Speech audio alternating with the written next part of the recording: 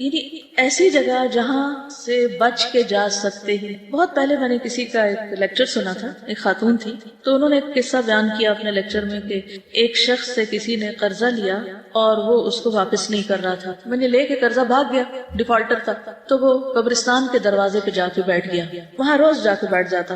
کسی نے اس سے پوچھا کہ تم یہاں کیوں بیٹھتے ہو، یہاں کیا کرتے ہو؟ اس نے کہا فلاں شخص میرا قرضہ لے کے بھاگ گیا اور وہ مجھے نہیں مل رہا اور میرا یقین ہے کہ اسے یہاں تو ضرور آنا ہے، یہاں سے نہیں بھاگ سکتا. تو یہ ایک حقیقت ہے کہ ہم کچھ کر کے کہیں بھی بھاگ جائیں، لوگوں سے چھپ جائیں، کہیں روپوش ہو جائیں، گم ہو جائیں، لیکن وہاں سے گم نہیں ہو سکتے، وہاں تو جانا ہی جانا ہے. ان ھذا لہو الحق الیقین، موت یقینی حق ہے، قبر یقینی حق ہے، وہاں پہنچنا ہی پہنچنا. تو اس لیے عقل مند وہی ہے جو اس کی تیاری کر لے، اس گھر کو بنا لے، اس کو سنوار لے، اس کو سجا لے. اب یہ ہمیں دیکھنا ہے کہ ہم اپنے دنیا کے گھروں کے لیے کتنے فکر مند ہوتے ہیں اور روز کیسی کیسی پلاننگ کرتے ہیں اور ان کو بڑا کرنے اور ان کو مزید سجانے اور ان کے اندر مزید دنیا بھر کے پتھر کے ٹکڑے لا کے رکھنے کی کیسی کیسی فکر کرتے ہیں. اپنی کمائی کا بہترین حصہ جو ہے وہ صرف خوبصورت ڈیکوریشن پیسوں پہ خرچ کر کے اپنے آس پاس رکھ کے خوش ہوتے رہتے ہیں. لیکن اس قبر کے اندر کے لیے کیا کچھ رکھا ہوا ہے، وہاں کتنے ڈیکوریشن پیس ہیں اور وہاں کے ڈیکوریشن پیس کیا ہیں اور وہاں کی خوبصورتی کیا ہے، اس کے بارے میں کتنا سوچتے ہیں. آپ اپنی کاپی پہ، اپنی ڈائری پر ایک لکیر صفحے کے درمیان میں لگا کے اپنے اس گھر اور اس گھر کا موازنہ کر لیں کہ یہاں کیا کیا چیزیں ہیں میرے پاس، میرے بیڈ روم میں کیا کچھ ہے. قبر بھی تو ایک بیڈ روم ہے نا، it's a money bed room. پھر اپنے آپ سے پوچھیں اس بیڈ روم میں کتنے دن رہنا ہے اور وہاں کتنے دن رہنا ہے، یہاں کیا کیا رکھا ہوا ہے. جو جو ہے نا آپ کے بیڈ روم میں، اس سارے کی لسٹ بنائیں، اپنے لیے بنائیں، بے شک آپ کسی کو نہ دکھائیں لیکن بنائیں. اور قبر کے لیے کیا کیا چاہیے.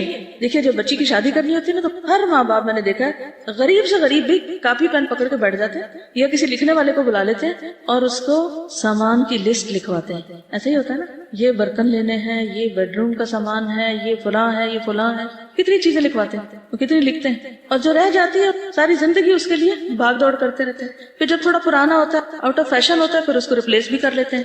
یہ سب چیزیں ہو رہی ہوتی ہیں. اس کے برعکس کس نے کاپی پین پکڑ کر یہ لکھا کہ وہاں کیا کیا چاہیے، کون سی چیز نیچے کے لیے چاہیے، کون سی دائیں سائڈ کے لیے، کون سی بائیں کے لیے، کون سی سر کی طرف، کون سی پاؤں کی طرف، کہاں کیا رکھنا ہے میں نے.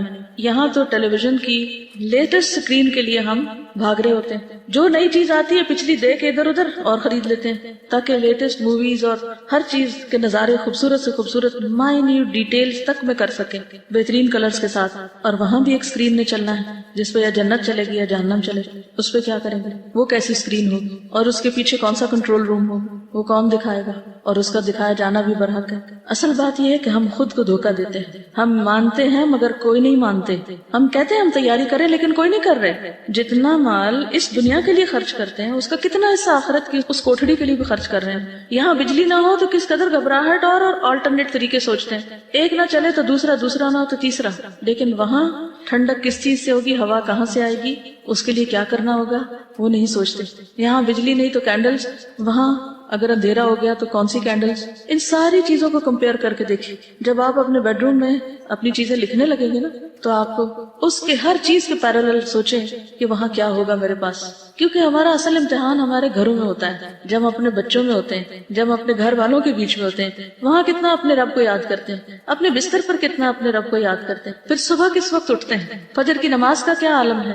کہیں وہ تو نہیں قضا ہو جاتی اس بہانے سے کہ گرمیوں کی راتیں چھوٹی ہیں. اور روز رات کو لیٹ کر ضرور سوچا کریں کہ پتہ نہیں اور کتنے دن اس بیڈ پر ہوں اور کس دن ادھر منتقل کر دی جاؤں گی. جیسے وارڈز میں شفٹ کر دیتے ہیں نا، آپ اب ادھر چلے جائیں، اب ادھر لے جائیں، کیونکہ وہ ایک یقینی حق ہے اور اس پر ایمان ضروری ہے اور اس کی تیاری ضروری ہے. اصل بات ہے کہ تیاری ضروری ہے. ماننے کی سچائی تو تبھی پتہ چلے گی جب کچھ تیاری کریں گے.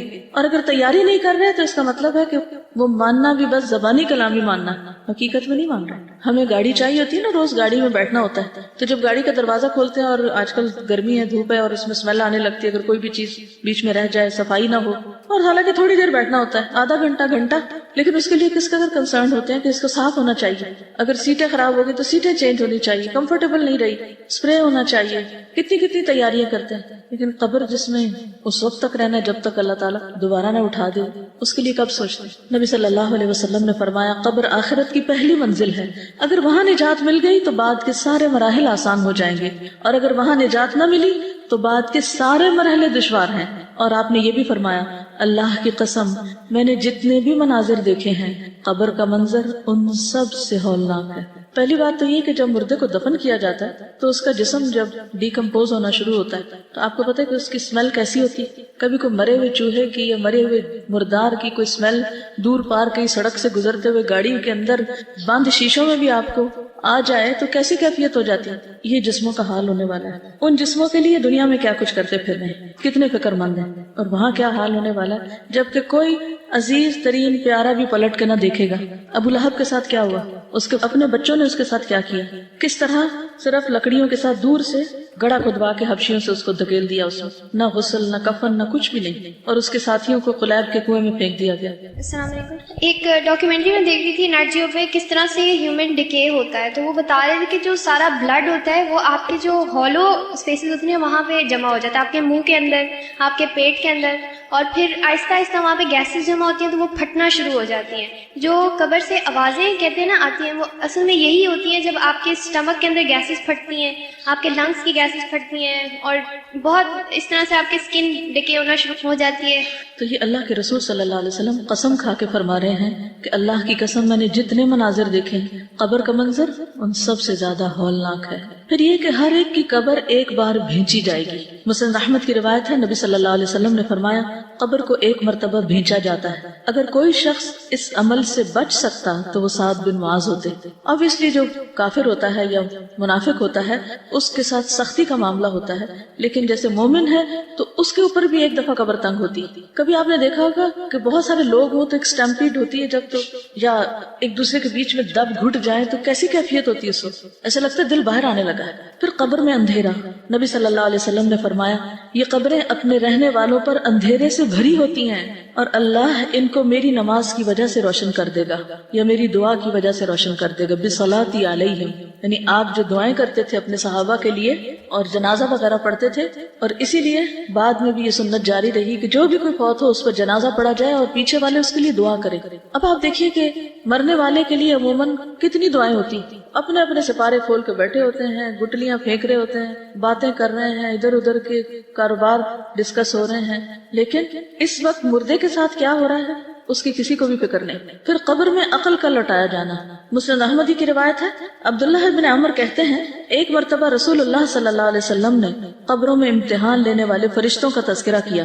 عمر رضی اللہ عنہ کہنے لگے اے اللہ کے رسول صلی اللہ علیہ وسلم کیا اس وقت ہماری عقلیں لوٹا دی جائیں گی، یعنی ہم سینسز میں ہوں گے، ہمیں پتہ چلے گا کہ یہ کیا ہو رہا ہے؟ آپ نے فرمایا ہاں بالکل آج کی طرح، جیسے آج ہم دیکھتے سنتے سمجھتے اور ہر چیز کو محسوس کرتے ہیں، اسی طرح وہاں بھی عقل لوٹائی جائے گی، اور اس کا لوٹایا جانا یا دوسرے لفظوں میں روح کا لوٹایا جانا اسی مقصد کے لیے۔ پھر صحابہ کرام جو تھے وہ قبر سے خوف کھاتے تھے، حالانکہ ان کے لیے کیا سرٹیفکیٹ جاری ہو چکا تھا، رضی اللہ عنہم ورضوا عنہ۔ حضرت عثمان رضی اللہ تعالیٰ عنہ کے بارے میں آتا ہے کہ جب وہ کسی قبر پہ رکتے تو اتنا روتے کہ داڑھی تر ہو جاتی۔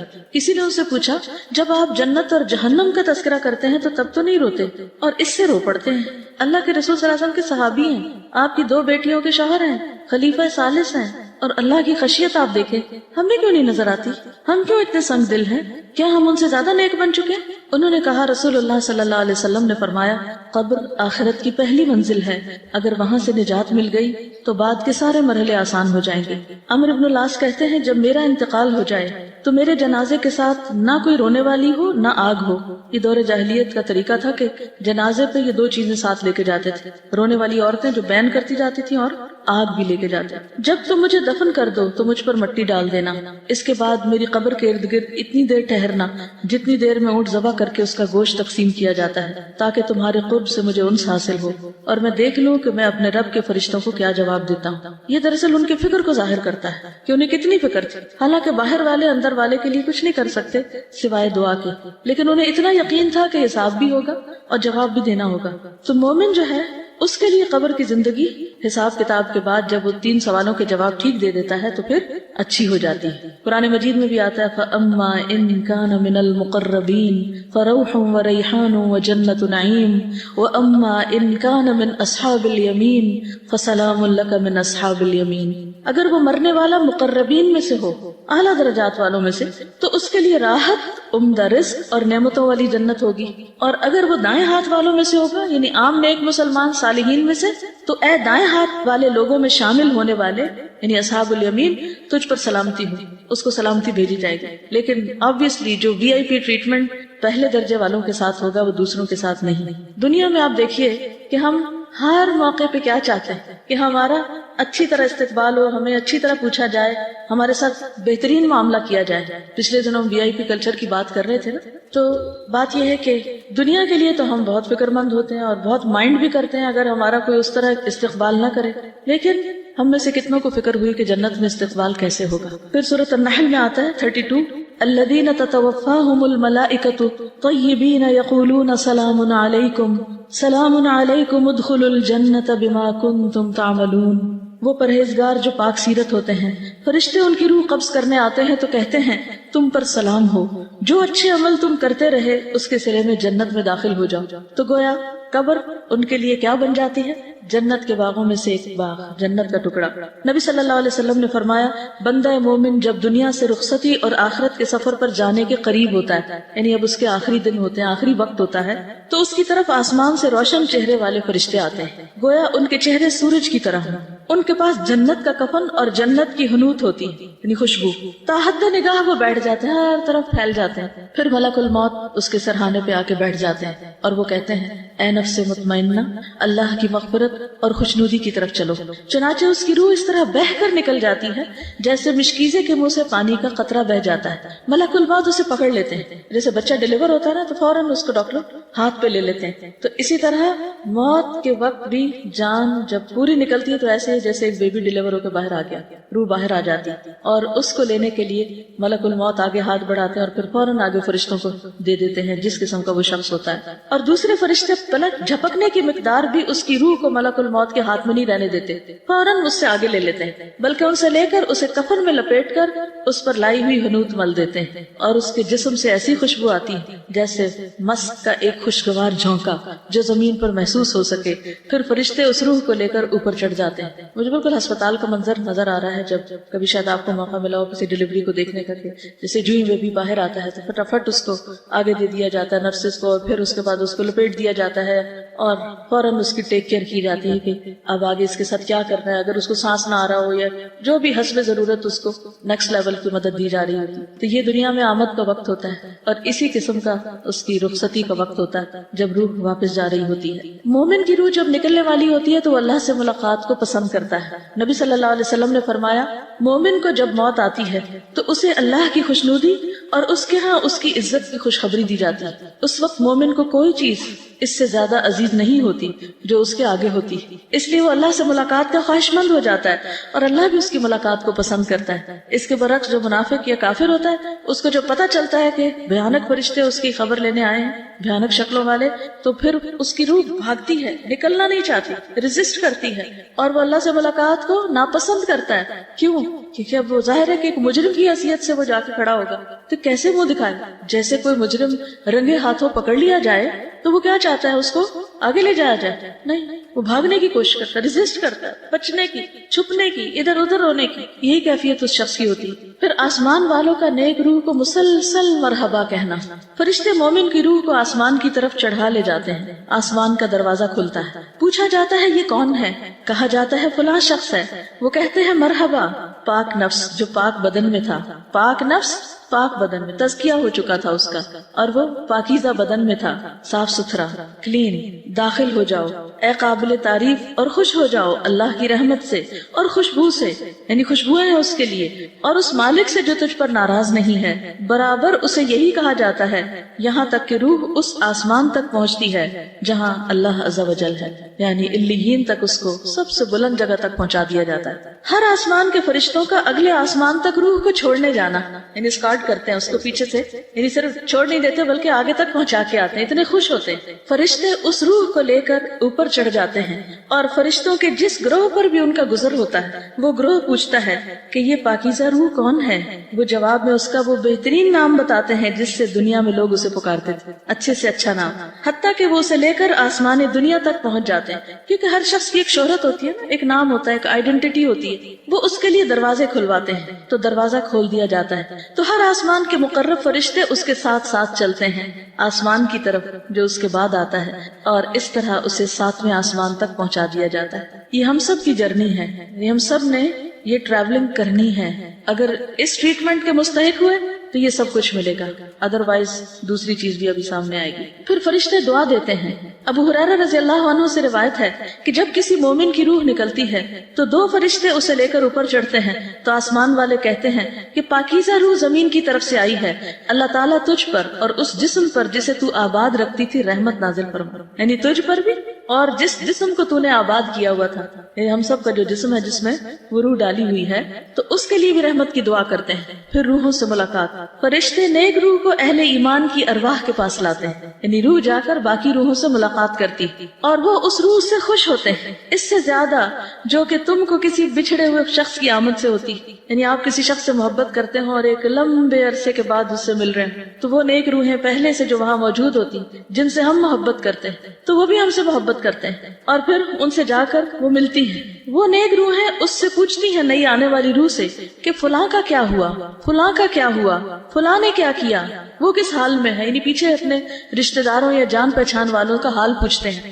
فَيَقُولُونَ دَعُوهُ فَإِنَّهُ كَانَ فِي غَمِّ الدُّنْيَا، پھر وہ ارواح کہتے ہیں تم ابھی ٹھہر جاؤ، اس کو چھوڑ دو، یہ دنیا کے غم میں مبتلا تھا۔ یعنی یوں ہی آپ سمجھیں کہ جیسے ایک سفر کر کے، طویل سفر کر کے کوئی آتا ہے تو وہ کچھ پیچھے والوں کی یاد میں ہوتا ہے اور کچھ نئی دنیا اس کے لیے نئی ہوتی ہے، تو وہ اس میں اس کو ایک ایڈجسٹمنٹ ٹائم چاہیے ہوتا ہے۔ بہت اچھی طرح ویلکم کرتے ہیں، اور بعض اوقات آپ نے دیکھا ہوگا نا کہ جب کوئی نیا مہمان آتا ہے یا کوئی خاص مہمان آتا ہے تو ہم آؤٹ آف ایکسائٹمنٹ، محبت اس کے گلے لگنے لگتے ہیں اور وہیں کھڑے کھڑے اس سے ڈھیروں سوال شروع کر دیتے ہیں۔ ہوتا نا کبھی ایسا، یعنی اس کو سانس نہیں لینے دیتے کہ ہم سب پوچھنے لگتے ہیں۔ تو یہ انسانی کمزوری ہے، یہ انسانی عادت ہے۔ تو وہاں بھی جب سب سوال شروع ہو جائیں گے تو پھر کچھ کہیں گے کبھی چھوڑ دو، کیونکہ دنیا سے جدائی کا مرحلہ صرف بعد والوں کے لیے نہیں، جانے والے کے لیے بھی ایک مشکل وقت ہوتا ہے، کیونکہ سیپریشن جو ہوتی ہے وہ ایک عجیب چیز ہے، انسان اس سے متاثر ہوئے بغیر نہیں رہتا۔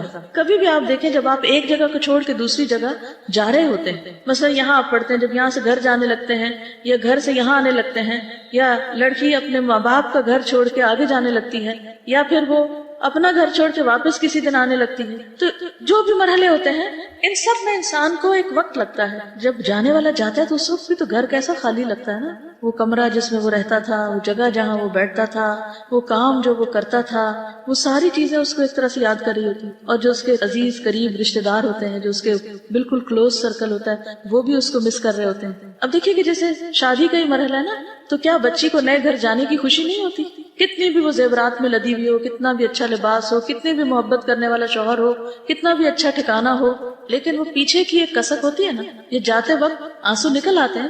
پھر جب سسرال کے گھر میں جیسے جا کے بیٹھتی ہے، وہ گھر تو وہی ہوتا ہے ایک طرح سے جس کو لوگ آخر تک بھی ایکسپٹ نہیں کرتے، لیکن وہ جو ایک ٹرانزیشنل فیز ہوتا ہے اس کے اپنے کچھ اثرات ہوتے ہیں۔ ایک اور حدیث میں آتا ہے، سلسلہ صحیحہ کی حدیث ہے، ابو ایوب کہتے ہیں جب مسلمان بندے کی روح قبض کی جاتی ہے تو پہلے فوت ہونے والے اللہ تعالیٰ کے بندے اس کا استقبال کرتے ہیں، جیسے دنیا میں لوگ خوشخبری دینے والے کو خوشی میں ملتے ہیں۔ جب وہ بندے اس سے سوال کرنا چاہتے ہیں تو وہ ایک دوسرے کو کہتے ہیں کہ اپنے بھائی کو آرام کرنے دو، وہ دنیا کی بے چینی اور پریشانی میں مبتلا تھا۔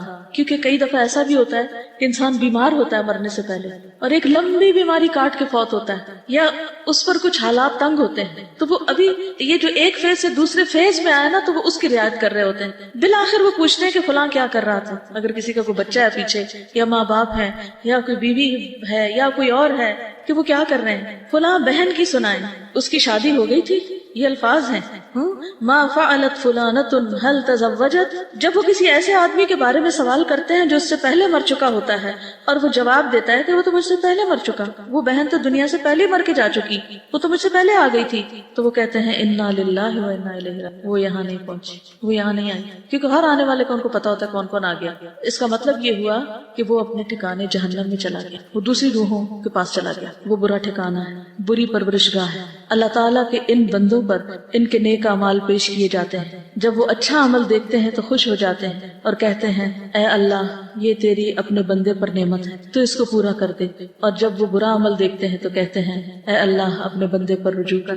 پھر روح کو آسمان سے دوبارہ نیچے لایا جاتا ہے قبر کے حساب کتاب کے لیے۔ اب آپ کہتے ہوں گے کہ چند گھنٹے بعد تو دفنا دیا جاتا ہے، تو اتنی دیر میں واپس کہاں سے آتا ہے؟ نبی صلی اللہ علیہ وسلم کتنی دیر میں واپس آ گئے تھے آسمان سے؟ چند گھنٹوں کی بات تھی۔ مسند احمد کی روایت ہے جب روح کو ساتویں آسمان تک لے جایا جاتا ہے تو اللہ تعالیٰ فرماتے ہیں میرے بندے کا نامہ اعمال علیین میں لکھ دو اور اسے واپس زمین کی طرف لے جاؤ، کیونکہ میں نے اپنے بندوں کو زمین کی مٹی ہی سے پیدا کیا، اسی میں لوٹاؤں گا اور اسی سے دوبارہ نکالوں گا۔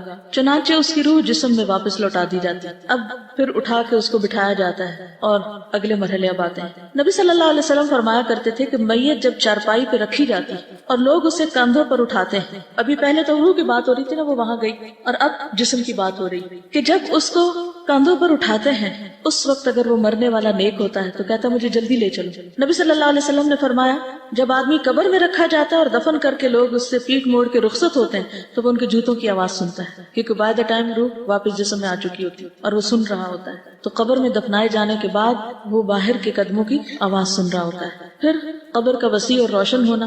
ابو ہریرہ سے روایت ہے رسول اللہ صلی اللہ علیہ وسلم نے فرمایا مومن شخص اپنی قبر میں سبز باغیچے میں ہوتا ہے، اس کو گرینری فیل ہوتی ہے، تو اس کے لیے اس کی قبر کو 70 ہاتھ کشادہ کر دیا جاتا ہے، یعنی اس کو فیل ایسے ہوتا ہے کہ جیسے وہ کھلی جگہ پر ہے، اور اس کے لیے 14ویں کے چاند کی طرح روشنی کر دی جاتی ہے، اچھی سی لائٹ اس کو مل جاتی ہے، ٹھنڈی ٹھنڈی روشنی ہوتی ہے۔ اور رات کے وقت اگر آپ چاند کی روشنی میں سبز اپنے باغ میں نکل کے دیکھیں تو کچھ ایسا ہی منظر محسوس کریں۔ پھر قبر میں نیک اعمال کا مومن کی حفاظت کرنا۔ اب کون آ جاتا ہے؟ وہ جو بیڈ روم کی بات کی تھی نا میں نے سجانے کی، نبی صلی اللہ علیہ وسلم نے فرمایا میت کو جب اس کی قبر میں رکھا جاتا ہے تو وہ ان کے پلٹ جانے کے وقت ان کے جوتوں کی آواز سنتا ہے۔ سو اگر وہ مومن ہوتا ہے تو نماز اس کے سرہانے ہوتی، اب امیجن کرتے جائیں، نماز اس کے سرہانے ہوتی، روزہ اس کی دائیں طرف ہوتا ہے، زکوٰۃ اس کی بائیں طرف ہوتی، دیگر نیک کام صدقہ، نماز، نیکی اور لوگوں سے اچھائی اس کے دونوں پاؤں کے پاس ہوتے ہیں، یعنی نفل نمازیں، نفل صدقات اور لوگوں کی خیر خواہی، امر بالمعروف، نہی عن المنکر، اور ان کے ساتھ کسی کو کھانا کھلانا، کوئی بھی اچھا کام ان کے ساتھ کرنا، یہ جتنے بھی اچھے اچھے کام ہیں وہ پاؤں کی طرف ہوتے ہیں، فرائض اوپر کی طرف اور وہ پاؤں کی طرف۔ سو اس کے پاس اس کے سرہانے کی طرف سے آیا جاتا ہے، یعنی کوئی بلا آنے لگتی ہے تو نماز کہتی ہے میری طرف سے آنے کا راستہ نہیں، پھر اس کے دائیں طرف سے آیا جاتا ہے تو روزہ کہتا ہے میری طرف سے آنے کا راستہ نہیں، پھر اس کے بائیں طرف سے آیا جاتا ہے تو زکوٰۃ کہتی ہے میری طرف سے آنے کا راستہ نہیں، پھر اس کے دونوں پاؤں کی طرف سے آیا جاتا ہے تو نیک اعمال، صدقہ اور نماز اور نیکی اور لوگوں سے حسن سلوک کہتے ہیں ہماری طرف سے آنے کا راستہ نہیں۔ طبرانی کی روایت میں ہے آدمی کے پاس اس کی قبر میں آیا جاتا ہے، بس جب اس کے سرہانے کی جانب آیا جاتا ہے تو اس کی قرآن مجید کی تلاوت دھکیل دیتی، جس سے پتہ چلتا ہے کہ نماز کے علاوہ قرآن کی تلاوت بھی سر کی طرف ہے۔ جب اس کے دونوں ہاتھوں کی طرف یعنی سائڈ سے آیا جاتا ہے تو اس کو صدقہ دھکیل دیتا ہے، جب اس کے پاؤں کی جانب سے آیا جاتا ہے تو اس کا مسجد کی طرف جانا اسے دھکیل دیتا ہے، یعنی پاؤں سے جو نیک کام کیے ہوتے ہیں چل کر۔ تو اس میں کنٹراڈکشن نہیں، اس میں ایڈیشن ہے، یعنی وہ چیزیں بھی اور اس پر مزید یہ نیکیاں بھی ہیں۔ کچھ تو ہوتی ہے نا کہ جیسے ایک دیوار ہوتی ہے پھر اس کے اوپر اس کا پینٹ اور اس کے خوبصورتی اور ڈیکوریشن، تو اسی طرح کچھ چیزیں تو سالڈ نیکیاں ہیں جیسے فرائض ہیں، پھر اس کے بعد جو نوافل وغیرہ ہیں وہ اس کو اور ڈیکوریٹ کر دیتے ہیں۔ پھر مومن کا نماز کی فکر کرنا، قبر میں بھی نماز کی فکر کرتا ہے۔ قبر میں دفن کرنے کے بعد اس سے کہا جاتا ہے کہ بیٹھ جاؤ، سٹ ڈاؤن، سو وہ بیٹھ جاتا ہے۔ اس کے لیے سورج کی شکل بنا دی جاتی ہے گویا کہ وہ غروب ہونے کے قریب ہے، جیسے میں اسکرین کی بات کی نا تو اس کو ایسا منظر دکھایا جاتا ہے جیسے سورج ڈوبنے لگا ہو۔ معلوم نہیں آپ شام کے وقت مغرب سے پہلے جب دعائیں پڑھتے ہیں تو سورج دیکھتے ہیں کہ نہیں باہر نکل کے، یا اللہ کو کتنا یاد کرتے ہیں، لیکن اس وقت اگر آپ سورج دیکھیں تو یہ سوچا کریں کہ قبر میں بھی اسی طرح سورج دکھایا جائے گا ڈوبنے کے قریب قریب۔ تو اس کو کہا جاتا ہے تمہارا اس شخص کے بارے میں کیا خیال ہے جو تمہاری طرف بھیجا گیا، یعنی سوال جواب شروع ہوتے ہیں، تم اس کے بارے میں کیا کہتے ہو، کیا گواہی دیتے ہو؟ وہ کہتا ہے مجھے چھوڑ دو میں نماز پڑھ لوں۔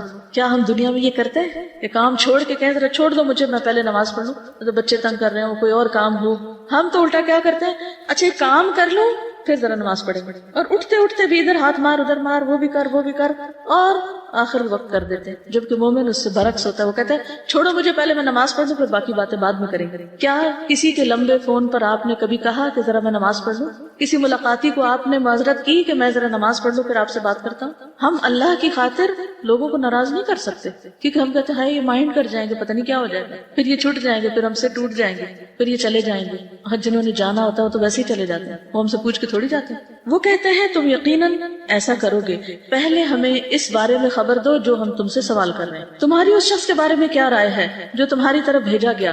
تم اس کے بارے میں کیا کہتے ہو اور کیا گواہی دیتے؟ فرمایا پس وہ کہتا ہے کہ وہ محمد صلی اللہ علیہ وسلم ہے. میں گواہی دیتا ہوں کہ وہ اللہ کے رسول ہیں اور وہ اللہ کے پاس سے حق لے کر آئے ہیں. اس کو کہا جائے گا تو نے اسی پر زندگی گزار دی، اس پر جو رسول اللہ لائے تھے صلی اللہ علیہ وسلم، اور تو اسی پر فوت ہوا اور اسی پر تجھے اٹھایا جائے گا انشاءاللہ. تو کتنا ضروری ہے کہ اس چیز کے ساتھ زندگی گزاریں جو آپ لائے، اسی پہ موت آئے اور اسی کے ساتھ اٹھے. یہ پرائرٹی نمبر 1 ہونی چاہیے ہماری، اور باقی چیزیں بھی ساتھ لے کے چلے، لیکن باقیوں کی خاطر اس کو نہ چھوڑ دیں.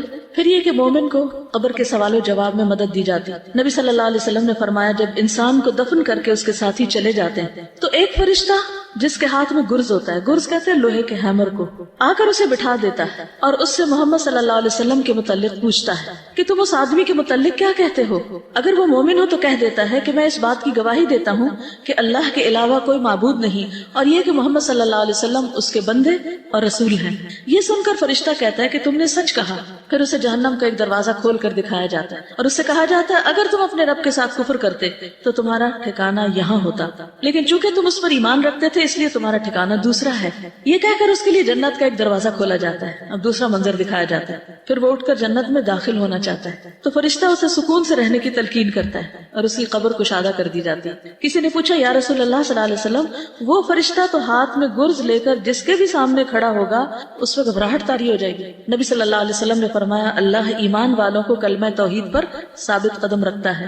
یہ اسی آیت کا معنی ہے یثبت اللہ الذین آمنوا بالقول الثابت فی الحیات الدنیا وفی الآخرہ. لیکن یہ دیکھ لیں کہ سوال کرنے والا ہے کتنا سخت. آپ نے دیکھا ہوگا کہ اگر کوئی ٹیچر مہربان ہو اور پیار سے بات کرے، سوال آرام سے کرے تو نالائق سے نالائق اسٹوڈنٹ بھی جواب دے پاتا ہے. لیکن اگر ٹیچر سخت مزاج ہو تو اچھا بھلا ذہین طالب علم بھی گھبرا اٹھتا ہے. اسی لیے صحابہ نے پوچھا کہ وہ لوہے کا ہیمر دیکھ کے تو ہم سب کو ڈر لگے گا، پھر فرمایا اللہ تعالیٰ ثابت قدمی دے گا کیونکہ دنیا میں تم توحید پر تھے. اگر ہم سو کے بھی اٹھتے ہیں یا پھر ہم بہت گہری نیند سوئے ہوں وہ ہمیں اچانک سے اٹھا دے، ہم لوگوں کو بالکل ہوش ہی نہیں ہوتا کہ ہم سے کیا بات پوچھی جا رہی ہے، ہم جواب نہیں سوال شروع کر دیں. یعنی وہ کوئی اور بات کرنا بھی چاہتے تھے نہیں، سوال کا جواب دو. اس کو تھوڑا سا آپ سمجھ سکتے ہیں کہ اگر کسی کا ایسا ایکسپیرینس ہو کہ رات سوتے وقت کسی کے گھر میں چور داخل ہو گئے بندوقوں کے ساتھ یا کوئی اسلحے کے ساتھ، تو ان کی گھبراہٹ کا کیا عالم ہوگا. اکثر ایسے وہم بھی آ جائے نا، کسی کو خیال بھی آ جائے رات کو سوتے وقت کہ کیا پتا کوئی ایسا نہ داخل ہو جائے تو کیا بنے گا. کبھی خیال آیا آپ کو؟ یعنی چور ایک ایسی چیز ہے یا ڈاکو کہ جس سے ہر ایک کو ڈر لگتا ہے. تو کسی ایسے منظر، کسی ایسے واقعے کو اگر آپ دل میں لا کے اس کیفیت کو محسوس کریں تو شاید سمجھ میں آئے. ابھی پچھلے ہفتے ہمارے ساتھ والے گھر میں ڈاکہ پڑا، رات کو 2-2:30 بجے جو تھے وہ آ گئے ان کیا. اور یہ دیکھیے کہ ابھی جو ہو رہا ہے نا کہ قبر میں کوئی کسی کی ہیلپ نہیں کرے گا. اب ہم بالکل ساتھ اور ہمیں نہیں پتا، اور میں بستر پہ لیٹے ہوئے فائرنگ کی آواز سن رہی تھی کہ فائرنگ ہو رہی ہے اور بڑے کلوزلی پتا چل رہا تھا، لیکن یہ نہیں پتا چل رہا تھا کہاں ہو رہی ہے. اور اب یہ ثابت کرنے والی بات ہے کہ ایسے موقع پر آدمی شکر اس بات پہ کرتا ہے کہ ہوا یہ کہ یہ کافی افراد 10 افراد تھے گھر میں سب لوگ. تو یہ نیچے سے جب یہ اوپر جا رہے تھے کچھ لوگوں کو لے کر تو ایک لڑکی جو بیٹھی تھی اس نے سامنے سے کچھ بھانپ لیا اور دوڑ کے وہ باتھ روم میں گھس گئی اور اس نے لاک کر لیا.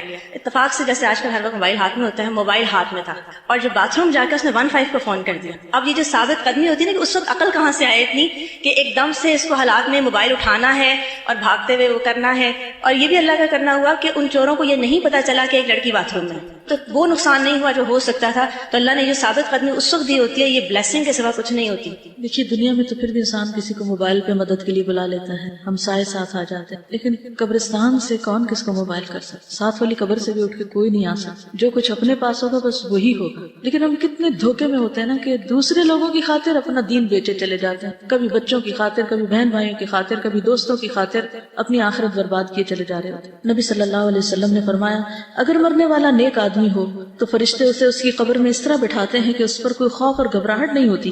پھر اس سے پوچھا جاتا ہے کہ تم نے کس دین میں وقت گزارا تھا، یعنی ما دین ہو. وہ کہتا ہے اسلام میں.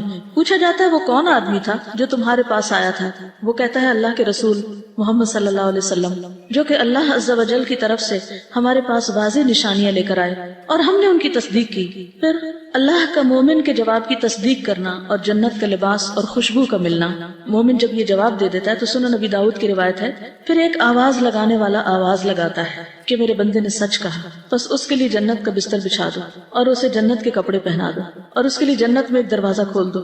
پھر جنت کی ہوا اور خوشبو اس کے پاس آتی اور اس کی قبر حد نگاہ تک کشادہ کر دی جاتی اور جنت کی ہوا ایئر کنڈیشن کی ہوا سے زیادہ اچھی اور اس کی خوشبو ہمارے ایئر فریشنر سے زیادہ بہترین. ایک فوبیا ہوتا ہے نا کہ جب آپ کہیں چھوٹی جگہ پہ ہوتے ہو تو ایک دم سے آپ کو گھبراہٹ ہوتی ہے. مجھے تھوڑا سا وہ ہوتا ہے، تو جب گاڑی میں بھی میں کئی دفعہ ہوتی ہوں نا تو مجھے وہ شروع ہو جاتا ہے ہونا. تو جب بھی میں قبر کے بارے میں سوچتی ہوں میں ہمیشہ یہی سوچتی ہوں کہ ایک پیرالائزڈ انسان ہے اور وہ کلاسٹروفوبک ہے اور اس کو ایسی جگہ پہ آپ بند کر دیں تو اس کی جو دہشت ہوگی نا وہ قبر سے کوئی نہیں کر سکتا. بالکل، لیکن اس میں وسعت اور اس میں ہوائیں اور خوشبوئیں اور اچھا لباس، یہ سب اس کے لیے ہے جس کے جواب درست ہوں گے. اگر ہم غور کریں تو دیکھیں کہ اللہ تعالیٰ ہم سب کو وقتاً فوقتاً ڈیتھ کا ایکسپیرینس کرواتے ہیں خواب کی صورت میں. یعنی خواب میں جب ہم کبھی بھیانک خواب دیکھتے ہیں اور پھر اب شکر ادا کرتے ہیں جب ہماری آنکھ کھلتی ہے، تو میں یہ سوچتی ہوں کہ اس وقت تو ہماری آنکھ نہیں کھلے گی، ہم اسی طرح سب کچھ فیل کر رہے ہوں گے جیسے ہم خواب کی صورت میں. بالکل. کیوڑا سالٹ مائنز جانے کا اتفاق ہوا تو وہاں ہم 4000 فیٹ جو ہے اس کی ڈیپتھ میں گئے. وہاں پہ امیجن کریں اتنی ٹھنڈی ہوا تھی اور گیٹ سے داخل ہوتے ہی ایسا لگ رہا تھا کہ نیچے کئی اے سی لگے ہوئے ہیں اور وہاں 18 ڈگری سینٹی گریڈ رہتا ہے سردی گرمی میں اور جو ہے نا اتنا وہ فریش ایئر تھی کہ لگ نہیں رہا تھا کہ ہم اتنی گہرائی میں ہیں. تو وہاں جب ہم گئے تو 3 گھنٹے ہم نے وہاں اسٹے کیا اور کسی کے موبائل پہ کوئی کال نہیں آئی. تو پہلا خیال مجھے جو آیا کہ جب اس پہاڑ کی گہرائی میں ہمیں کوئی کال نہیں آئی تو قبر میں تو پھر قطعاً کوئی کال نہیں آئے گی. لیکن اگر قبر اتنی ٹھنڈی ہو اور وہ سب طرف نمک اور اتنا خوبصورت ماحول ہو تو پھر باہر سے کالز کی ضرورت بھی نہیں رہے گی. یہ بھی تو اللہ کی نشانیوں میں سے ایک نشانی ہے کہ اللہ تعالیٰ یہ چیزیں دکھاتا ہے کہ زمین کے اندر کی فضا کو وہ جیسے چاہے بدل دے. یعنی اگر نمک کی یہ کان ایک مستقل ایسی کیفیت میں کہ 18 ڈگری تک یہ وہ رہتا ہے ٹمپریچر اور ٹھنڈی ہوائیں، اور تو قبر بھی تو زمین کے نیچے ہوتی ہے، جس کے لیے اللہ چاہے ویسی ہوائیں وہاں بھی چلا دے. یعنی مشکل نہیں ہے، ناممکن نہیں ہے. یہ سب چیزیں جو بتائی گئی ہیں ان کو ماننا ضروری ہے، یہ ایمان کا حصہ ہے کہ ایسا ہوگا، کیونکہ اگر یہ مانا نہ جائے تو عمل بھی نہیں بدلتے. اور شیطان کی یہ بہت کوشش رہی ہے کہ لوگوں کے دل میں اس کے بارے میں طرح طرح کے وسوسے اور شکوک و شبہات ڈال کر اس کو لوگوں پر مبہم بنا دے، ایمان کو کمزور کر دے. لیکن جو بات صحیح احادیث سے پتہ چل رہی ہو اس کو کیسے جھٹلا سکتے ہیں؟ پھر نیک اعمال کا قبر کی تنہائی کو دور کرنا. نبی صلی اللہ علیہ وسلم نے فرمایا کہ مومن کے پاس ایک خوبصورت لباس اور انتہائی عمدہ خوشبو والا ایک آدمی آتا ہے اور اس سے کہتا ہے تمہیں خوشخبری مبارک، یہ وہی دن ہے جس کا تم سے وعدہ کیا جاتا تھا. وہ اس سے پوچھتا ہے کہ تم کون ہو؟ تمہارا چہرہ ہی خیر کا پتہ دیتا ہے. وہ جواب دیتا ہے میں تمہارا نیک عمل ہوں. اس پر وہ کہتا ہے کہ اے میرے رب، قیامت ابھی قائم کر دے تاکہ میں اپنے اہل خانہ اور مال میں واپس لوٹ جاؤں، یعنی سب سے جا ملوں. پھر صدقہ کا قبر کی آگ بجھانا. عقبہ بن عامر سے مروی ہے کہ نبی صلی اللہ علیہ وسلم نے فرمایا صدقہ کرنے والوں کی قبروں سے حرارت بجھاتا ہے اور مومن روز قیامت اپنے صدقے کے سائے میں ہوگا. یہ سلسلہ صحیحہ میں سے ہے، یعنی صدقہ قبروں کی حرارت کو بجھاتا ہے. ایک اور حدیث میں تھا نا اللہ کے غضب کو ٹھنڈا کرتا ہے. اور یہاں دوسری بات کیا ہے کہ قیامت کے دن مومن اپنے صدقے کے سائے میں ہوگا. لیکن ہم صدقہ کرنے کے لیے بھی انتظار کرتے رہتے ہیں اور ہر دوسری چیز کو یہ سوچ کے پاس رکھ لیتے ہیں کیا پتہ کبھی کام آ جائے. کچھ اینٹیکس بنائے ہوئے ہیں اور کچھ ہم اپنی یادیں ہیں اس میں ہماری، اور کچھ کباڑ خانہ بھر کے ساری یادیں ہمارے مرتے ہی باہر پھینک دی جاتی ہیں. کوئی ویلیو نہیں اس کی، کیونکہ ہر کوئی اپنی مرضی کی زندگی گزارنا چاہتا ہے. کوئی ضروری تو نہیں کہ ہماری اولاد ہمارے ڈیکوریشن پیسز کو کوئی ویلیو دے. اس لیے دنیا کی زائد زینت کو چھوڑ کر اس آخرت کے گھر کو ٹھنڈا کرنے کی فکر کریں. پھر جنت کا دروازہ کھولا جانا اور اس کی ٹھنڈی ہوا. سوال و جواب کے بعد پھر اس کے لیے جنت کے دروازوں میں سے ایک دروازہ کھول دیا جاتا ہے اور اس سے کہا جاتا ہے یہ تیرا جنت میں ٹھکانہ ہے اور جو اللہ تعالیٰ نے تیرے لیے اس میں تیار کیا ہے. تو اس کے رشک اور خوشی میں اضافہ ہو جاتا ہے. پھر اس کے لیے جہنم کے دروازوں میں سے ایک دروازہ کھولا جاتا ہے اور اس سے کہا جاتا ہے اگر تو نے نافرمانی کی ہوتی تو یہ تیرا ٹھکانہ ہوتا، اور جو اللہ نے اس میں تیرے لیے تیار کیا ہوا ہے تو اس کی خوشی اور سرور میں اضافہ ہو جاتا ہے. پھر اس کے لیے اس کی قبر 70 ہاتھ فراخ کر دی جاتی ہے اور اس میں اس کے لیے روشنی کر دی جاتی ہے، اور روشنی کا ذکر بھی آپ نے پڑھا. پھر روح کا سبز پرندوں میں ڈالا جانا، یعنی جو شہداء کی روح ہے خاص طور پر. اس کے بعد جسم کو اسی طرح لوٹا دیا جاتا ہے جیسا کہ وہ اس سے شروع ہوا تھا اور اس کی روح کو اچھی روح میں کر دیا جاتا ہے اور وہ ایک پرندہ ہے جو جنت کے درخت سے کھاتا ہے۔ رسول اللہ صلی اللہ علیہ وسلم نے فرمایا شہداء جنت کے دروازے پر موجود ایک نہر کے کنارے پر سبز رنگ کے خیمے میں رہتے ہیں جہاں صبح و شام جنت سے ان کے پاس رزق پہنچتا ہے۔ ابھی تو یہ فاصلے بہت بڑے لگتے ہیں، جسم یہاں ہے، روح وہاں ہے، رزق یہاں پہنچ رہا ہے، وہاں بھی وہ اڑ رہے ہیں، یہ سب کیا ہے؟ ہمیں یہ باتیں بکھری بکھری اسکیٹرڈ لگتی ہیں، لیکن اللہ کے لیے کچھ مشکل نہیں کہ ان سب کا ایسا کنیکشن بنا دے کہ جسم اور روح دونوں ہی اس سے مستفید ہو رہے ہیں۔ پھر صبح شام جنت کا ٹھکانہ دکھایا جاتا ہے، جنت کا گھر سامنے نظارہ کرایا جاتا ہے۔ ہمارے ملک میں تو ایسا نہیں، لیکن کینیڈا میں ایسا ہوتا ہے کہ جب آپ کو کوئی گھر خریدنا ہوتا ہے، آپ پراپرٹی ڈیلر کے پاس جاتے ہیں، ریئل اسٹیٹ کے پاس، تو وہ آپ کو انٹرنیٹ پہ گھروں کے لنک دے دیتے ہیں کہ کس رینج میں آپ کو خریدنا ہے۔ پھر آپ ان کو پورا اس کے اندر 3D کی شکل میں یا مختلف تصویروں کے ساتھ اس کو پورا اندر سے وزٹ کر لیتے ہیں۔ پھر اس کے بعد یہ کہ سارے مل بیٹھتے ہیں، پھر دیکھتے ہیں اچھا ونڈوز ایسی ہیں، انٹرنس ایسی ہے، فلور ایسا ہے، چھت ایسا ہے، باہر ایسا ہے، ادھر ایسا ہے، ہر ایک ایک چیز اس میں اس اسکرین اس ونڈو کے تھرو سب دیکھی جا رہی ہوتی ہے اور وہ دنیا کے کسی بھی حصے میں بیٹھ کے آپ دیکھ سکتے ہیں۔ یہ اگر انسانوں نے دنیا میں اپنے گھروں کے لیے سسٹم کر رکھا ہے کہ اس گھر کو خریدنے سے پہلے آپ اس میں گھوم پھر کے دیکھ لیں، کیونکہ سائٹ پہ جانا تو مشکل ہوتا ہے، بعض اوقات سبھی مصروف ہیں، یا دور دور فاصلے ہوتے ہیں، یا آپ کو ایک سٹی سے دوسری میں موو ہونا ہے اور آپ رینٹ پہ لے رہے ہیں گھر تو بھی آپ دیکھنا چاہتے ہیں، تو آپ اس اسکرین پہ سب کچھ دیکھ سکتے ہیں کہ آپ کہاں جانے والے ہیں۔ تو یہاں بھی آپ دیکھیے کہ مرنے کے بعد قبر میں آخری گھر جو ہے جنت کا گھر، اس کی بھی سیر کرائی جاتی ہے، یہ ہے تمہارا گھر۔ اسی لیے قیامت کے دن جب جنت میں جائیں گے تو آتا نا کہ عرفہا لہم، وہ جنت جس کی اللہ نے ان کو پہلے سے پہچان کرا دی، ان کو پتا ہے کہ وہ ان کا گھر کون سا ہے۔ رسول اللہ صلی اللہ علیہ وسلم نے فرمایا جب تم میں سے کوئی آدمی مر جاتا ہے تو صبح و شام اس کا ٹھکانہ اس پر پیش کیا جاتا ہے، اگر وہ جنت والوں میں سے ہے تو جنت والوں کا مقام، اور اگر دوزخ والوں میں سے ہوتا ہے تو دوزخ والوں کا مقام اسے دکھا دیا جاتا ہے، اور اس سے کہا جاتا ہے کہ یہ تیرا ٹھکانہ ہے جب تک کہ اللہ تعالیٰ قیامت کے دن تجھے اٹھا کر اس جگہ نہ پہنچا دے۔ اب آپ دیکھیے کہ قیامت کے دن اس میں جانا ہے، لیکن پھر بھی قیامت کے دن کا اٹھنا اور حساب کتاب اور پل صراط پار کرنا یہ اپنی جگہ ہے، چاہے پتہ بھی ہو کہ آگے جنت ہے۔ یہ بالکل ایسی جیسے آپ اگر کسی دوسرے ملک میں جا کے رہنا چاہتے ہیں اور یہاں سے آپ نے گھر بار دیکھ لیا، سب کچھ کر لیا، پیمنٹ بھی ہو گئی، آپ کے نام بھی ہو گیا، سب ہو گیا، لیکن اس ملک تک پہنچنے کے لیے آپ کو جہاز پر بھی بیٹھنا ہے، اور اس سے پہلے آپ کو ایئرپورٹ پہ بھی جانا ہے، اور وہاں آپ کی اسکریننگ بھی ہونی ہے، اور وہاں آپ کا سامان تولا بھی جانا ہے، وہاں آپ سے امیگریشن نے کویسچن بھی کرنے ہیں کہ آپ جا کہاں رہے ہیں، اور پھر جہاں اتریں گے وہاں بھی پوچھا جائے گا کہ کہاں آئے، کیوں آئے۔ یہ پروسیس اپنی جگہ چلنا ہے، کیونکہ بعض لوگ کہتے ہیں کہ یہ کیسے، قبر میں اگر جنت جہنم دیکھ لی، یہی حساب ہو گیا تو پھر یوم الحساب کی کیا ضرورت ہے۔ تو وہ پروسیس ہے ایک جس کے بغیر کوئی بھی آگے نہیں پہنچ سکتا، چاہے وہ پہلے سے ہی سب دیکھ لے۔ پھر اپنا ٹھکانہ دے کر مومن اللہ کا شکر کرے گا۔ مسند احمد میں ہے ہر جنتی کو جہنم میں اس کا ٹھکانہ دکھایا جاتا ہے اور وہ کہتا ہے کہ اگر اللہ نے مجھے ہدایت نہ دی ہوتی تو میں یہاں ہوتا، اور پھر وہ اس پر شکر کرتا ہے، یعنی جنت کا گھر دیکھ کر پھر جہنم میں بھی اس کا مقام دکھا دیا جاتا ہے کہ اگر تم وہاں نہ جاتے تو یہاں آنا تھا تمہیں، تو اس سے شکر کرتا ہے کہ اللہ نے اس سے بچا لیا۔ تو جنت کا کھانا ایک انصاری صحابی سے مروی ہے، مسند احمد کی روایت ہے کہ ایک مرتبہ ہم لوگ رسول اللہ صلی اللہ علیہ وسلم کے ہمراہ ایک انصاری کے جنازے میں نکلے، میں اس وقت نوعمر تھا اور اپنے والد کے ساتھ تھا۔ رسول اللہ صلی اللہ علیہ وسلم قبر کے کنارے بیٹھ گئے اور قبر کھودنے والے کو تلقین کرنے لگے کہ سر کی جانب سے اسے کشادہ کرو اور پاؤں کی جانب سے اسے کشادہ کرو، اس کے لیے جنت میں بہت سے خوشیں ہیں۔ یعنی شہداء کو تو رزق ملتا ہی، تو کچھ لوگ جو مرتے ہیں وہ شہیدوں کی جیسی موت مرتے ہیں، یا ان کو بھی شہادت کی خوشخبری دی جاتی ہے، تو سکتا ہے ان کے لیے بھی رزق آتا ہو۔ یہ غیب کی بات ہے نا، ہمارا غیب پر ایمان ہے، اللہ کے نبی نے بتایا ایسا ہی ہوگا۔ ایک روز میں ایک پروگرام دیکھ رہی تھی تو اس میں ایک گور کن اپنے تجربے بتا رہا تھا کہ جب وہ قبر کھودتے ہیں تو کیا ہوتا ہے، تو اسے بتا رہا تھا کہ کچھ قبریں ہم کھودنے لگتے ہیں اور ہم تھوڑی سی کھودتے ہیں تو وہ جگہ کھلی کھلی ملنے لگتی ہے، یعنی ہم پاؤں کی طرف سے کھولتے ہیں تو کھل جاتی ہے، یعنی جگہ کھلتی جاتی ہے، اور کچھ لوگوں کے لیے ہم کھودتے جاتے قبر کھلی نہیں ہو پاتی، آخر منزل تو اللہ ہی کو پتا ہے۔ لیکن مجھے بڑی حیرت ہے کہ یہ کیا بات کر رہا ہے۔ تو اس حدیث کے بعد مجھے سمجھ میں آتا ہے کہ نبی صلی اللہ علیہ وسلم جب قبر کھدواتے تھے اس وقت بھی انسٹرکشن دیتے تھے کہ کھلی کھودو، یعنی صرف مردے کو پھینکنے والی بات نہ ہو۔ پھر قبر میں سکون، قتادہ کہتے ہیں کہ ہمیں یہ بات بتائی گئی کہ مومن کی قبر میں 70 ہاتھ کشادگی کر دی جاتی ہے اور قیامت کے دن تک کے لیے اس کی قبر کو خوشحالی سے بھر دیا جاتا ہے، یعنی وَيُمْلَأُ عَلَيْهِ خَضِرًا، یہ سرسبز گرینری ہوتی ہے، واپس جانے کی تمنا کرنا۔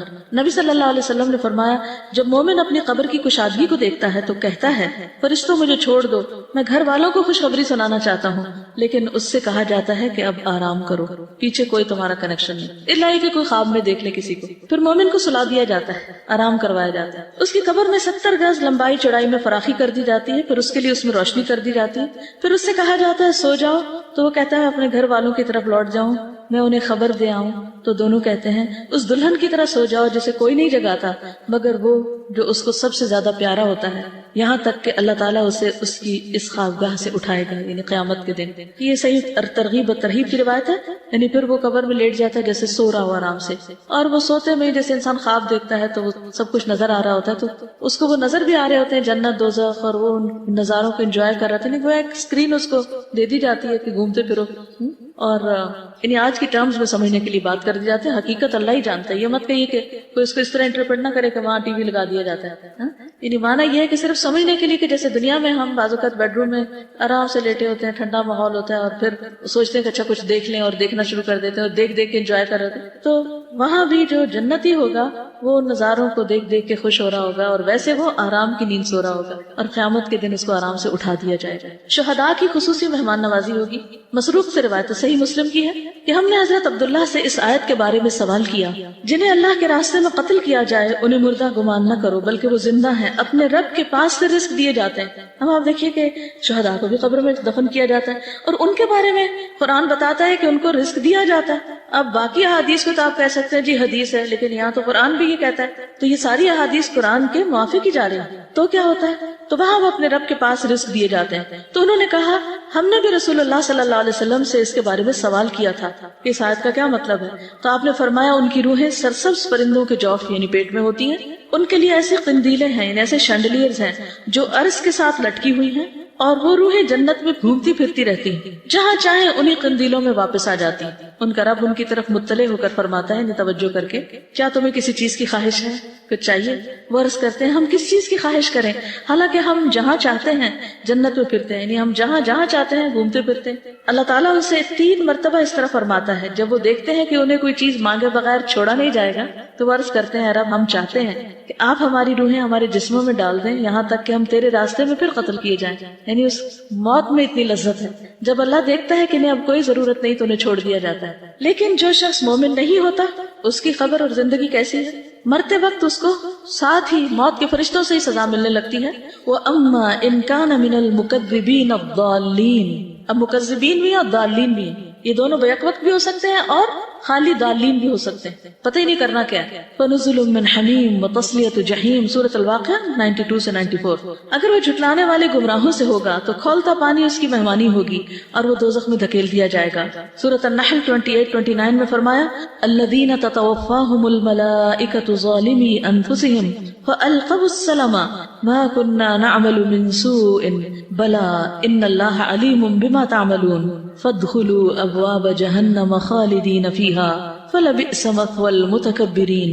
وہ لوگ جو اپنے آپ پر ظلم کر رہے ہوتے ہیں دنیا میں, جب فرشتے ان کی روح قبض کرتے ہیں یا کرنے کے لیے آتے ہیں تو ہتھیار ڈال دیتے ہیں, ہینڈز اپ, ہم کوئی برے کام تو نہیں کر رہے تھے, جھوٹ بولنا شروع کر دیتے, ہم تو کوئی غلط کام نہیں کر رہے تھے, دنیا میں بھی یہی دھوکہ, ہم تو کوئی غلط نہیں کر رہے, ہم تو ٹھیک ہی کر رہے ہیں. تعویلیں دے دے کہ ہم سب اپنے کانشیس یا ضمیر کو سلائے رکھتے ہیں. فرشتے کہیں گے کیوں نہیں کر رہے تھے, جو کچھ تم کر رہے تھے اللہ یقیناً اسے خوب جانتا ہے. اب جہنم کے دروازوں سے اس میں داخل ہو جاؤ, تم ہمیشہ اس میں رہو گے.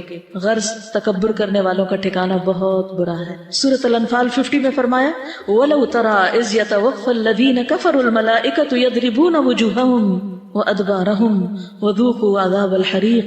کاش آپ اس حالت کو دیکھتے جب فرشتے ان مقتول کافروں کی روحیں قبض کر رہے تھے تو ان کے چہرے اور ان کی پشتوں پہ ضربے لگاتے تھے اور کہتے تھے اب جلانے والے عذاب کا مزہ چکھو. کبھی کسی نے دیکھا مار پڑتے مردے کو؟ ہمیں تو نظر نہیں آتی. یہ قرآن کہتا ہے کہ جان لیتے وقت بھی ان کو مار پڑ رہی ہوتی. پھر کافر کی موت کا منظر مسند احمد میں آتا ہے. جب کوئی کافر شخص دنیا سے رخصتی اور سفر آخرت پہ جانے کے قریب ہوتا ہے تو اس کے پاس آسمان سے سیاہ چہروں والے فرشتے اتر کر آتے ہیں جن کے پاس ٹاٹ ہوتے ہیں, بوریاں. وہ تاحت نگاہ بیٹھ جاتے ہیں. پھر ملک الموت ان کے سرہانے آ کے بیٹھ جاتا ہے اور اس سے کہتے ہیں کہ اے نفس خبیثہ, اللہ کی ناراضگی اور غصے کی طرف چل. یہ سن کر اس کے جسم میں روح دوڑنے لگتی, یعنی ادھر ادھر چھپتی ہے, اور ملک الموت اسے جسم سے اس طرح کھینچتے ہیں جیسے گیلی اون سے سیخ کھینچی جاتی ہے. کباب والی سیخ ہوتی ہے, اون اگر اس کے اندر ڈال دی جائے تو نکالنا اس کا مشکل ہوتا ہے، چپک جاتی ہے اور اسے پکڑ لیتے ہیں. فرشتے ایک پلک جھپکنے کی مقدار بھی اسے ان کے ہاتھ میں نہیں چھوڑتے اور اسے ٹاٹ میں لپیٹ لیتے ہیں. اس موقع پر کافر اللہ کی ملاقات کو پسند نہیں کرتا. رسول اللہ صلی اللہ علیہ وسلم نے فرمایا جب کافر کی موت کا وقت قریب آتا ہے تو اللہ کے عذاب اور اس کی سزا کی بشارت دی جاتی ہے. اس وقت کوئی چیز اس کے دل میں اس سے زیادہ ناگوار نہیں ہوتی جو اس کے آگے ہوتی. اب مجھے اللہ کے سامنے کھڑے ہونا ہے. وہ اللہ سے جا ملنے کو ناپسند کرنے لگتا ہے، بس اللہ بھی اس سے ملنے کو ناپسند کرتا ہے. اب دیکھیے دنیا میں کچھ لوگ اللہ کی بات نہیں سننا چاہتے، موت کے وقت اللہ سے ملنا نہیں چاہتے، قیامت کے دن اللہ کے سامنے کھڑے نہیں ہونا چاہتے، تو آخری انجام کیا ہوگا؟ کہ اللہ تعالیٰ اپنا دیدار ان سے کیوں کروائے جب انہیں کوئی شوق اور دلچسپی نہیں تھی، اور یوں وہ ہمیشہ کے لیے حسرتوں میں گم ہو جائیں گے. پھر مسلسل عذاب کی خبر دینا. اگر وہ گناہگار آدمی ہو تو فرشتے کہتے ہیں اے خبیث روح جو خبیث جسم سے نکل رہی، نکل، اخرجی، قابل مذمت ہو کر نکل، ذمیمتن وابشری بحمیم وغساق، اور کھولتے پانی اور کانٹے دار کھانے کی خوشخبری قبول کر، وآخر من شکلہ ازواج، اور اس قسم کے دیگر انواع و اقسام کے عذاب کی خبر وہ بھی قبول کر. یہ اس کے سامنے جملے بار بار دہرائے جاتے ہیں یہاں تک کہ اس کی روح نکل جاتی ہے. دیکھیے ایک تو روح نکلنے کی تکلیف اور رگ رگ سے نکلنے کی درد، اور اوپر سے ڈانٹیں، جیسے ایک بچے کو چوٹ لگے اور ادھر اس کی ماں اور ڈانٹنا شروع کر دے تو وہ دکھ پہ دکھ بڑھ جاتا ہے. پھر انتہائی بدبودار ٹھکانا. نبی صلی اللہ علیہ وسلم نے فرمایا کافر کی روح جب نکلتی ہے، حماد کہتے ہیں کہ آپ نے اس کی بدبو اور فرشتوں کے لعنت کرنے کا ذکر کیا تو آسمان والے کہتے ہیں کہ خبیث روح زمین کی طرف سے آئی ہے. پھر اسے کہا جاتا ہے کہ تم اسے آخری وقت تک کے لیے سجین کی طرف لے چلو. ابو ہریرہ فرماتے ہیں کہ رسول اللہ صلی اللہ علیہ وسلم نے اپنی چادر اپنی ناک مبارک پر اس طرح لگا لی، یعنی کافر کی بو کو ظاہر کرنے کے لیے کہ سب نے اس کو یعنی دیکھ کے بھی اس کی شدت کو محسوس کیا. یعنی ناقابل برداشت. کچھ اسمیل ہوتی ہے نا تھوڑی بہت، اور کچھ ہوتی ہے کہ آپ برداشت نہیں کر سکتے تو پھر اپنا ناک ڈھانپ لیتے ہیں. فرشتے اسے ٹاٹ میں لپیٹ لیتے ہیں، ایک اور روایت میں آتا ہے، اور اس سے ایسی بدبو آتی ہے یعنی روح سے بھی جو کسی بھی مردار کی سب سے زیادہ بو زمین پہ ہو سکتی. یعنی زمین پر کسی مردار کی بدترین بو جو ہوتی ہے وہ اس کی روح سے بھی نکل رہی ہوتی ہے. پھر آسمان کے دروازے نہیں کھولے جاتے. کافر کی روح کو آسمان کی طرف لے جایا جاتا ہے، وہاں کا دروازہ نہیں کھولا جاتا. وہاں کے فرشتے پوچھتے ہیں یہ کون ہے؟ کہا جاتا ہے فلاں شخص ہے.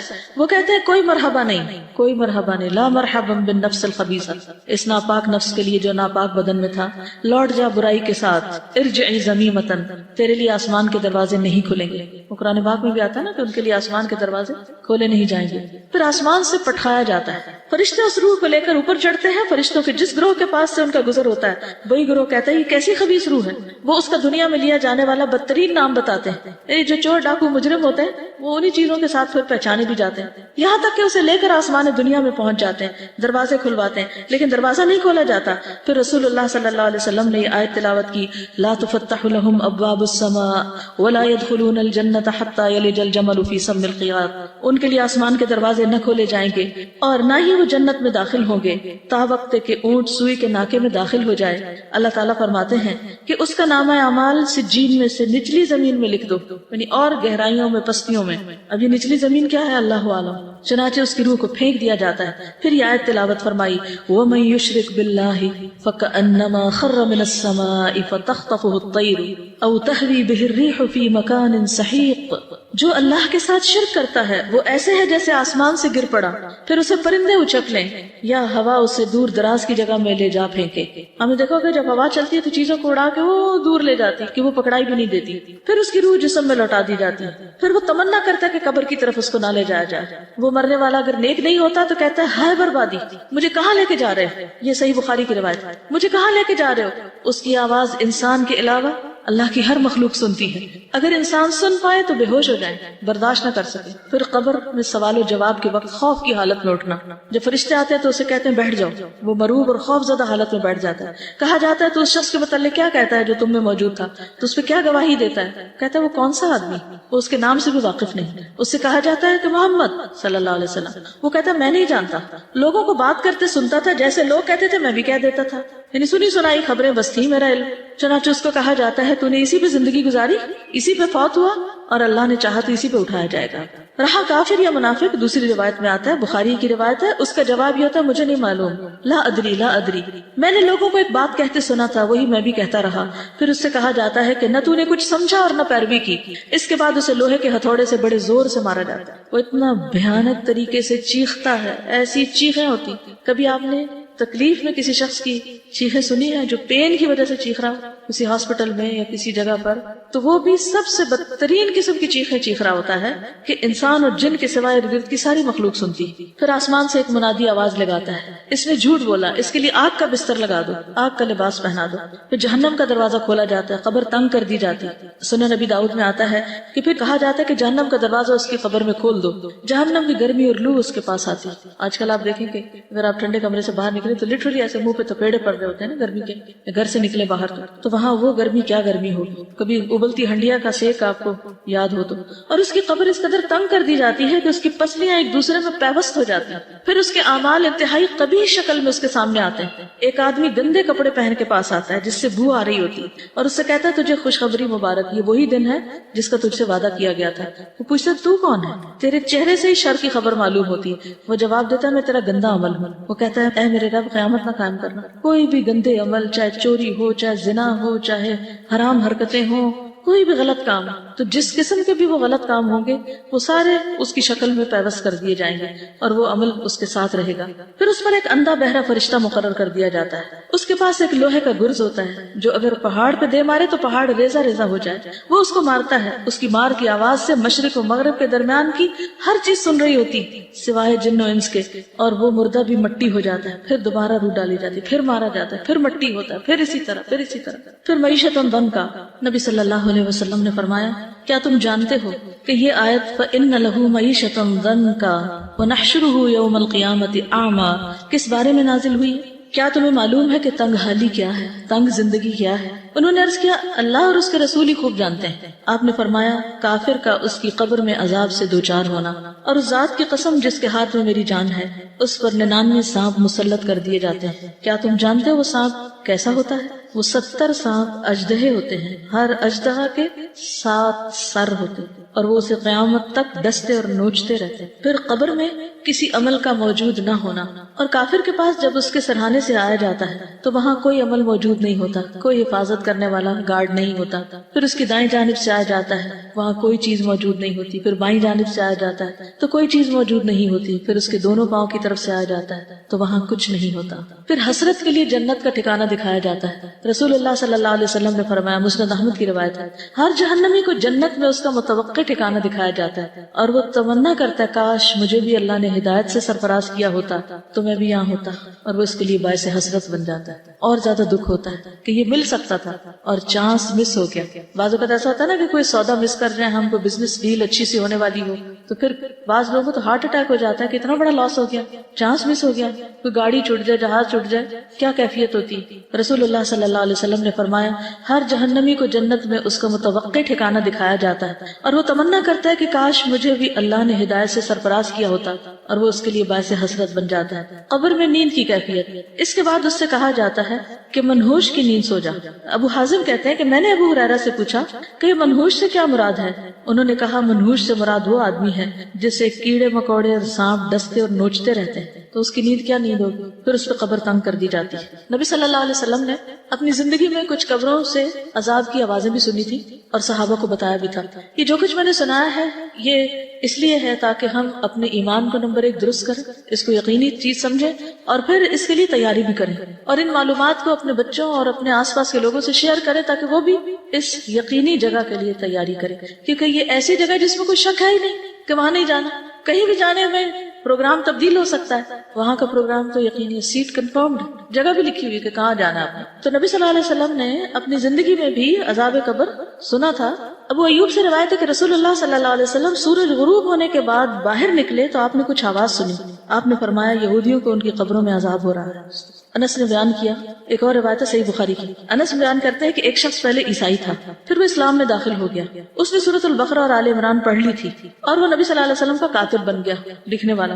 پھر وہ شخص مرتد ہو کر عیسائی ہو گیا. کہنے لگا محمد کے لیے جو کچھ میں نے لکھ دیا ہے اس کے سوا اور کچھ بھی معلوم نہیں مجھے. پھر اللہ کے حکم سے اس کی موت واقع ہو گئی. اس کے آدمیوں نے اسے دفن کر دیا. جب صبح ہوئی تو انہوں نے دیکھا کہ اس کی لاش قبر سے نکل کر زمین کے اوپر پڑی. عیسائیوں نے کہا کہ یہ محمد صلی اللہ علیہ وسلم اور اس کے ساتھیوں کا کام ہے. چونکہ ان کا دین اس نے چھوڑ دیا تھا، اس لیے انہوں نے اس کی قبر کھودی اور لاش کو باہر پھینک دیا۔ چنانچہ انہوں نے دوسری قبر کھودی جو بہت زیادہ گہری تھی، لیکن جب صبح ہوئی تو لاش پھر باہر تھی۔ اس مرتبہ بھی انہوں نے یہی کہا کہ یہ آپ کے ساتھیوں کا کام ہے، چونکہ ان کا دین اس نے چھوڑا اس لیے اس کی قبر کھود کر انہوں نے لاش باہر پھینک دی۔ تو انہوں نے پھر ایک بار قبر کھودی اور جتنی گہرائی ان کے بس میں تھی اتنا گہرا کھود کے اسے اندر ڈالا، لیکن صبح ہوئی تو لاش پھر باہر تھی۔ اب انہیں یقین آیا کہ یہ کسی انسان کا کام نہیں، اور پھر انہوں نے اسے یوں ہی زمین پہ چھوڑ دیا، اسے کہ کتے بلیاں کھا جاتے ہیں جو بھی کوئی۔ تو یہ دنیا میں بھی کبھی کبھی اللہ تعالیٰ ایسے منظر دکھا دیتے ہیں کہ جس سے انسان کے یقین میں پھر اضافہ ہو جاتا ہے۔ قبر بھی ایک بہت اہم مرحلہ ہے۔ پھر ایک اور موقع پر نبی صلی اللہ علیہ وسلم کا گزر 2 قبروں پر ہوا۔ آپ نے فرمایا ان دونوں قبروں پر عذاب ہو رہا ہے، اور یہ کسی بڑی بات میں نہیں۔ ان میں سے ایک تو چغل خوری کرتا تھا اور دوسرا پیشاب سے بچنے کے لیے احتیاط نہیں کرتا تھا۔ چغل خوری کیا ہوتی ہے کہ ایک جگہ کی خبریں دوسری جگہ پہنچانا اور لوگوں کو لڑانا، مخبریاں کر کے ادھر کی باتیں سن ادھر کی سن اور پھر آگے دوسروں تک اس کو پہنچا کے کام خراب کرنا۔ اور دوسرا نجاست کا فکر نہیں کرتا، یعنی پیشاب کی چھینٹیں اگر ظاہر جسم پہ پڑے، کپڑوں پہ، نہ وضو نہ نماز، کیا حاصل؟ یہ بھی صحیح بخاری کی روایت تھی، یاد رکھیے۔ اب کئی لوگ کہتے ہیں نا قبر میں کہاں سے عذاب ہوتا ہے، تو اللہ کے رسول صلی اللہ علیہ وسلم خود بتا رہے ہیں اور صحیح ترین روایت ہے، شک کی تو گنجائش ہی کوئی نہیں۔ ایک اور روایت میں آتا ہے، عبداللہ بن مسعود سے روایت ہے کہ رسول اللہ صلی اللہ علیہ وسلم نے فرمایا اللہ کے ایک بندے کے بارے میں حکم دیا گیا، اور یہ سلسلہ صحیحہ کی روایت ہے، اسے قبر میں 100 کوڑے لگائے جائیں۔ وہ تخفیف کا سوال کرتا اور دعا کرتا یہاں تک کہ ایک کوڑا باقی رہ گیا۔ جب یہ کوڑا اسے لگایا گیا تو اس کی قبر آگ سے بھر گئی۔ جب اس سزا کا اثر زائل ہوا اور اسے افاقہ ہوا تو اس نے فرشتوں سے پوچھا کہ کس بنا پہ مجھے کوڑے مار رہے ہیں؟ انہوں نے کہا تم نے ایک نماز بغیر وضو کے پڑھی تھی اور تم ایک مظلوم کے پاس سے گزرے تھے اور اس کی مدد نہیں کی تھی۔ یعنی بعض اوقات ایسا ہوتا ہے نا کہ کوئی شخص کسی مصیبت میں ہوتا ہے، کوئی مشکل میں ہوتا ہے، تو ہم کہتے ہیں کہ کوئی اور دیکھ لے، حالانکہ ہم اس وقت اس کی ضرورت پوری کر سکتے ہیں۔ عذاب قبر سے کچھ لوگ محفوظ بھی رہیں گے اور ان میں سے نمبر 1 شہید ہیں۔ شہید رسول اللہ صلی اللہ علیہ وسلم نے فرمایا اللہ تعالیٰ کے ہاں شہید کے لیے 6 خصلتیں۔ نمبر 1 اس کے خون کا پہلا قطرہ گرتے ہی اسے معاف کر دیا جاتا ہے۔ نمبر 2 جنت میں اس کا ٹھکانہ دکھایا جاتا ہے۔ نمبر 3 اسے ایمان کا حلہ پہنایا جاتا ہے۔ نمبر 4 اسے حور عین سے نکاح کیا جاتا ہے۔ نمبر 5 اسے عذاب قبر سے محفوظ کر دیا جاتا ہے۔ نمبر 6 اسے فضا اکبر بڑی گھبراہٹ سے محفوظ کر دیا جاتا ہے اور اس کے سر پر وقار کا تاج رکھا جاتا ہے جس کا ایک یاقوت دنیا و مافیہ سے بہتر ہوگا۔ پھر سورۃ الملک پڑھنا، نبی صلی اللہ علیہ وسلم نے فرمایا سورۃ تبارک قبر کے عذاب سے روکنے والی ہے۔ اگر زبانی یاد کر لیں تو زیادہ ہی اچھا ہے، پڑھتے پڑھتے اگر سو بھی جائیں تو کوئی نہیں، اللہ تعالیٰ قبول کرے گا۔ پھر پیٹ کے مرض سے فوت ہونے والا، جو شخص پیٹ کے مرض میں مبتلا ہو اسے قبر کا عذاب نہیں ہو، شہادت کی موت ہوتی ہے۔ نبی صلی اللہ علیہ وسلم نے فرمایا جو شخص اللہ کے راستے میں سرحدوں کی حفاظت کرتے ہوئے فوت ہو جائے اللہ اس کا اجر جاری رکھتا ہے یہاں تک کہ دوبارہ جی اٹھے اور وہ قبر کے عذاب سے محفوظ رہے گا۔ کتنی بڑی جزا ہے۔ پھر اسی طرح جو مسلمان جمعہ کے دن یا رات میں فوت ہو جائے اللہ اسے قبر کی آزمائش سے بچا لیتا ہے، لیکن ہم میں سے کس کو پتا کہ کب موت آنی ہے۔ بہرحال انسان دعا تو کر سکتا ہے اچھے خاتمے کی۔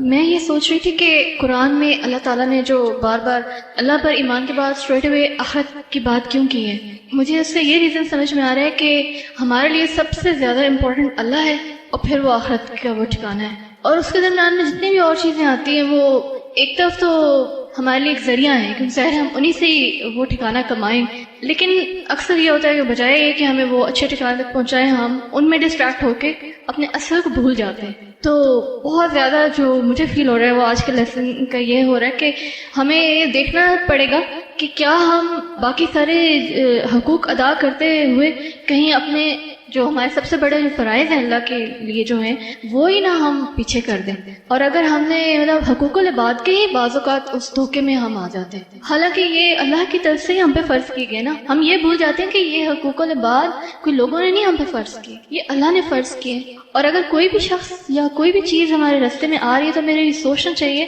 کئی دفعہ میں حالانکہ یہ جملہ پہلے ریپیٹ کر چکی ہوں لیکن مجھے ایسا ابھی لگ رہا ہے کہ میں بھول گئی تھی کہ کیا یہ چیز قبر میں میرے ساتھ آئے گی۔ ان سے یہ پوچھ لینا چاہیے کہ آپ آئیں گے میرے ساتھ میری قبر میں، اگر نہیں پھر let me prepare for my own قبر۔ بٹ دین پھر دوسری ایکسٹریم پہ ہم نکل جاتے ہیں کہ لوگ وظیفے کر رہے ہوتے ہیں، پاس بچہ رو رہا ہے اس کو اٹھاتے نہیں کہ ہمارا تو وظیفہ خراب ہو جائے گا اور ہم نے تو اتنے لاکھ دفعہ یہ والی آیت پڑھنی ہے، وہ ایک چیز آ جاتی ہے۔ So we have to strike the right balance between the two. اسی لیے نا خیر الہدی ہدی محمد صلی اللہ علیہ وسلم، کہ بہترین طریقہ نبی صلی اللہ علیہ وسلم کا طریقہ ہے. انہوں نے خاندانی زندگی کو بھی نبھایا, اللہ کے راستے میں جنگیں بھی لڑی اور باقی بھی زندگی کے کام کیے. تو ان سب چیزوں میں بیلنس رکھنا بہت ضروری ہے, اور اس کے لیے جتنا زیادہ آپ اپنے آپ کو آرگنائز کر سکیں, جتنی زیادہ آپ مختلف چیزوں کی پلاننگ کر سکیں, یعنی ہر روز ایک باشعور انسان کی طرح آنکھیں کھول کے جی, حالات کے دھارے پہ خود کو بے بس چھوڑ نہ دیں کہ جیسے لوگ آپ سے چاہیں یا جو کچھ ہو رہا ہے بس ٹھیک ہے, اب زندگی گزارنی ہے, وقت پورا کرنا ہے, بس یہ وقت کاٹ کے چلے جانا ہے, ہم اتنی اسٹرگل نہیں کر سکتے. اصل میں تو دیکھا یہ جائے گا وہ ان سعیہ سوف یرا, کہ کتنی کوشش میں لگے رہتا ہوں. تو ہم سب کو سنجیدگی کی ضرورت ہے, اپنی زندگی اور اس وقت کی قدر کی ضرورت ہے. جب تک ہم لغویات سے نکلیں گے نہیں, والذین هم عن اللغو معرضون, تو سب تک جنت الفردوس میں پہنچنے کے بس خواب ہی خواب ہے. ولتنظر نفس ما قدمت لغد, ہم میں سے ہر شخص کو سوچنا چاہیے کل کے لیے کیا تیار کر کے رکھا ہے.